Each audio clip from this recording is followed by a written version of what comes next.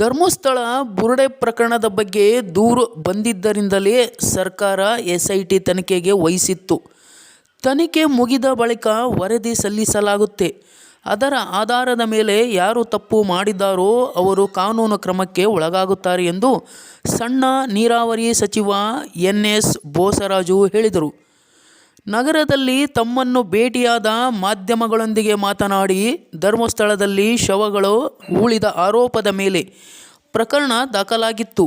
ಈ ನಿಟ್ಟಿನಲ್ಲಿ ಸರ್ಕಾರ ಎಸ್ಐಟಿ ತನಿಖೆಗೆ ಆದೇಶಿಸಿ ಸತ್ಯಾಸತ್ಯತೆ ಪರಿಶೀಲಿಸಲು ಮುಂದಾಗಿತ್ತು. ಈಗ ತನಿಖೆ ಸ್ಥಗಿತವಾಗಿ ಸರ್ಕಾರಕ್ಕೆ ವರದಿ ನೀಡಲಾಗುತ್ತದೆ. ಎಸ್ಐಟಿ ತನಿಖೆಗೆ ವೀರೇಂದ್ರ ಹೆಗ್ಗಡೆ ಅವರು ಸ್ವಾಗತಿಸಿದ್ದು, ಬಿಜೆಪಿ ನಾಯಕರು ವಿನಾಕಾರಣ ಎಲ್ಲದರಲ್ಲೂ ರಾಜಕಾರಣ ಮಾಡುತ್ತಾರೆ. ಜನರ ಮಧ್ಯೆ ಅಶಾಂತಿ ಸೃಷ್ಟಿಸುವುದೇ ಅವರ ಕೆಲಸ. ಅಭಿವೃದ್ಧಿ ಕೆಲಸಗಳ ಬಗ್ಗೆ ಚರ್ಚೆ ಮಾಡಲ್ಲ. ಕೇಂದ್ರ ಸರ್ಕಾರ ರಾಜ್ಯಕ್ಕೆ ಅನುದಾನ ನೀಡುವ ಬಗ್ಗೆ, ಕೇಂದ್ರ ಯೋಜನೆಗಳ ಬಗ್ಗೆ ಚರ್ಚಿಸುವ ಕಾಳಜಿ ಇಲ್ಲ. ಯಾರೇ ಕಾನೂನಡಿ ತಪ್ಪು ಮಾಡಿದರೂ ಶಿಕ್ಷೆಗೆ ಗುರಿಯಾಗುತ್ತಾರೆ. ಸುಳ್ಳು ದೂರು ನೀಡಿ ಸರ್ಕಾರದ ದಿಕ್ಕು ತಪ್ಪಿಸಲಾಗಿದೆ ಎಂಬ ಪ್ರಶ್ನೆಗೆ ದೂರು ನೀಡಿದವರನ್ನು ಈಗಾಗಲೇ ಬಂಧಿಸಿ ವಿಚಾರಣೆಗೆ ಒಳಪಡಿಸಲಾಗುತ್ತಿದೆ. ತಪ್ಪು ಮಾಡಿದರೆ ಶಿಕ್ಷೆಗೆ ಒಳಗಾಗುತ್ತಾರೆ ಎಂದು ಹೇಳಿದರು. News bureau, Garaladinni Veeranagouda, Raichur. ಈಗ ಧರ್ಮಸ್ಥಳದ ಈಗಾಗಲೇ ಒಂದು ಮಟ್ಟಕ್ಕೆ ಬಂದಿದೆ. ಕಂಪ್ಲೇಂಟ್ ಬಂದು ಕೆಲವು ವ್ಯಕ್ತಿಗಳು, ವಕೀಲರು, ಮ್ಯಾಜಿಸ್ಟ್ರೇಟ್ ಮುಂದೆ ಅವರ ಕಂಪ್ಲೇಂಟ್ ಮಾಡಿದಾಗ ಸಹಜವಾಗಿ ಅದು ಸರ್ಕಾರಕ್ಕೆ ಬಂದಿದೆ. ಸರ್ಕಾರ ಇದು ಭಾಳಷ್ಟು ವಿವರವಾದಂಥ ಕಂಪ್ಲೇಂಟ್ ಇರೋದ್ರ ಮುಖಾಂತರ ಅದನ್ನು ಕೇವಲ ರೆಗ್ಯುಲರ್ ಪೊಲೀಸರಿಂದ ಅಲ್ಲಿ ಮಾಡಲಿಕ್ಕೆ ತೊಂದರೆ ಆಗ್ಬೋದು ಪೊಲೀಸ್ ಸ್ಟೇಷನ್ ಅಂತೇಳಿ ಒಂದು ಸಿಟ್ಟನ್ನು ಅವ್ರಿಗೆ ಕೊಟ್ಟಿದ್ದಾರೆ.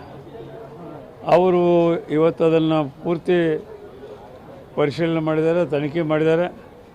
ಮತ್ತು ಆ ಸಿಟ್ಟು ಮಾಡಿರ್ತಕ್ಕಂಥ ಸಂದರ್ಭದಲ್ಲಿ ಧರ್ಮಸ್ಥಳದ ಮುಖ್ಯಸ್ಥರಾಗಿರ್ತಕ್ಕಂಥ ರಾಜ್ಯಸಭಾ ಸದಸ್ಯರು, ಎಲ್ಲರಿಗೂ ಗೌರವಾನ್ವಿತರಾಗಿರ್ತಕ್ಕಂಥ ಶ್ರೀಮಾನ್ ಹೆಗ್ಗಡೆ ಅವರು ಸಹಿತ ಸ್ವಾಗತ ಮಾಡಿದ್ದಾರೆ.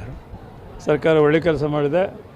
ಅವರು ತನಿಖೆ ಕೊಡೋದ ಮುಖಾಂತರ ಅದು ಇರುವಂಥ ವಿಷಯ ಬಯಲಿಗೆ ಬರಲಿ ಅಂತೇಳಿ ಆ ದಿಶೆಯಲ್ಲಿ ಸರ್ಕಾರ ಅವ್ರಿಗೆ ಸಿಟ್ಟಿನವರೆಗೂ ಒಪ್ಪಿಸಿದ್ದಾರೆ. ಅವರು ಕೊಟ್ಟಿರ್ತಕ್ಕಂಥ ಕಂಪ್ಲೇಂಟ್ಸ್ನೆಲ್ಲ ವೆರಿಫೈ ಮಾಡಿ ಇವತ್ತು ಸರ್ಕಾರಕ್ಕೆ ಮಾಹಿತಿ ಕೊಡ್ತಾ ಇದ್ದಾರೆ. ಆ ಮಾಹಿತಿ ಪ್ರಕಾರ ಮುಂದಿನ ಕ್ರಮ ಯಾರು ತಪ್ಪಿಸ್ತಿದ್ದಾರೆ ಅವ್ರ ಮೇಲೆ ಶಿಕ್ಷೆ ಮಾಡ್ತಕ್ಕಂಥದ್ದೇ ಇವತ್ತು ನ್ಯಾಯಾಂಗದಲ್ಲಿ ಇರ್ತಕ್ಕಂಥದ್ದು. ಆ ನ್ಯಾಯಾಂಗದಲ್ಲಿ ಇರ್ತಕ್ಕಂಥ ಕಾನೂನು ಪ್ರಕಾರ ಇವತ್ತು ಯಾರು ತಪ್ಪು ಮಾಡಿದರೆ ಅವ್ರನ್ನ ತಕ್ಷಣ ಕ್ರಮ ತೆಗೆದುಕೊತಾರೆ. ಈಗಾಗಲೇ ಅವ್ರ ಮೇಲೆ FIR ಆಗಿದೆ, ಅರೆಸ್ಟ್ ಮಾಡಿದ್ದಾರೆ. ಈಗಾಗಲೇ ಕೋರ್ಟ್ ಅಂಡರ್ನಲ್ಲಿದ್ದಾರೆ. ಹೀಗಾಗಿ ಯಾವುದೇ ಸರ್ಕಾರದಲ್ಲಿ ಕಂಪ್ಲೇಂಟ್ಸ್ ಬಂದರೆ ಅದನ್ನು ತನಿಖೆ ಮಾಡುವಂಥ ಜವಾಬ್ದಾರಿ ಸರ್ಕಾರ ಮೇಲೆ ಇರ್ತದೆ. ಹಾಗಾಗಿ ಸರ್ಕಾರ ಅವ್ರ ಕರ್ತವ್ಯವನ್ನು ನಿರ್ವಹಿಸ್ತಾರೆ. ಇವತ್ತದು ಬಯಲಿಗೆ ಬರ್ತಾಯಿದೆ. ನೋಡಿ, BJPಯವರಿಗೆ ಮಾತಾಡಲಿಕ್ಕೆ ಯಾವುದೇ ವಿಷಯಗಳಿಲ್ಲ. ಹಾಗಾಗಿ ಅವರು ನೋಡಿ, ಆವತ್ತು ನಾವು ಮಾಡಿ ಇಷ್ಟೆಲ್ಲ ಆಗಲಿ ಈಗಾಗಲೇ 1.5 ತಿಂಗಳಾಗಿದೆ ಇದೆಲ್ಲ ಈ ಪ್ರಕ್ರಿಯೆ ಹೇಳಲಿಕ್ಕೆ. ಇವತ್ತು ನನಗೆ ಮಾತಾಡಲಿಲ್ಲ, ಎಲ್ಲಿ ಏನು ಸಿಕ್ಕಿಲ್ಲ ಅಂದಮೇಲೆ ಇವತ್ತು ಅವ್ರು ಮಾತಾಡಲಿಕ್ಕೆ ಶುರು ಮಾಡಿದ್ದಾರೆ. ಸ್ವತಃ ಶ್ರೀಮಾನ್ ಹೆಗ್ಗಡೆಯವರೇ ಇದನ್ನು ಸ್ವಾಗತ ಮಾಡಿದ ಸಂದರ್ಭದಲ್ಲಿ ಇವತ್ತು ಇವರೇನು ಮಾತಾಡಲೇ ಇಲ್ಲ.